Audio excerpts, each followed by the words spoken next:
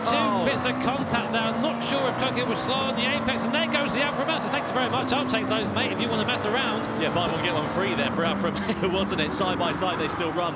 And now, up the hill they go. Meanwhile, we have the leaders coming in for their last pit stop. Cody Nicolakowski gets in the car for Mercedes-Benz, VW in, Porsche in, Aston-Martin in. It's now going to be a sprint to the line. Sassuolo, what an absolutely brilliant piece of driving for the Briton. Behind the wheel of the Aston-Martin V12 Vantage, he's up into second, and now, with less than 5 laps remaining here in this race, we are ready for that scrap for the race lead. So here we are then, for the lead of the race with only a couple of laps to go here at the Grand Final at New York. Adam Sassuolo ducks into the back of Mercedes-Benz, goes to the outside. There you go, Cody hugs the inside to try and keep the best line here. Adam's got the run round the outside and the tyre advantage. They go side by side into the centre S.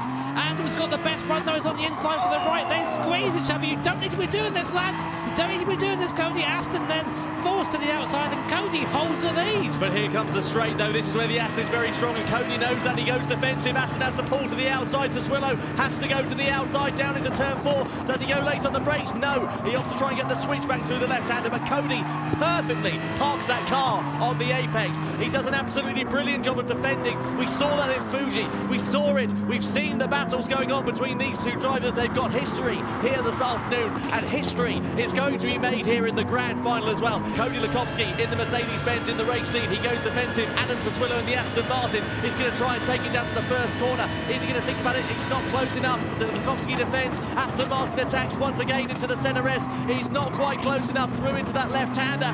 Side by side, they will surely go onto this straight through turn 3. And now it is the Aston Martin, that V12 power. This is Sassuolo's best chance, surely, here, Jimmy. I think what Adam needs to do is make sure that he is close to the back of that AMG coming out of the last corner. He will not get him through the middle sector. Cody is just too good at sitting on the racing line and defending. You're seeing that now. He's making Adam really work for this position. Of course, Cody does not need to win this to take the championship for Mercedes, but he wants to. He wants to win this. He wants to be a winner. He wants to come away with this. And you see, of course, fuel consumption has been a factor as well. These guys have to be managing fuel all the way around now. But Tom, coming into the last lap, half of the lap, it is going to be Mercedes-Benz who are going to win here at the Autodromo to Interlagos. What a great performance from all of the team. And Cody Lakowski, he can barely believe his luck. But Mercedes-Benz round the final corner here now. They win the Manufacturer Series Grand Final here in New York. Mercedes-Benz are on top for the first time in 2019. Aston Martin finished in second, and Subaru with the most unlikely of podiums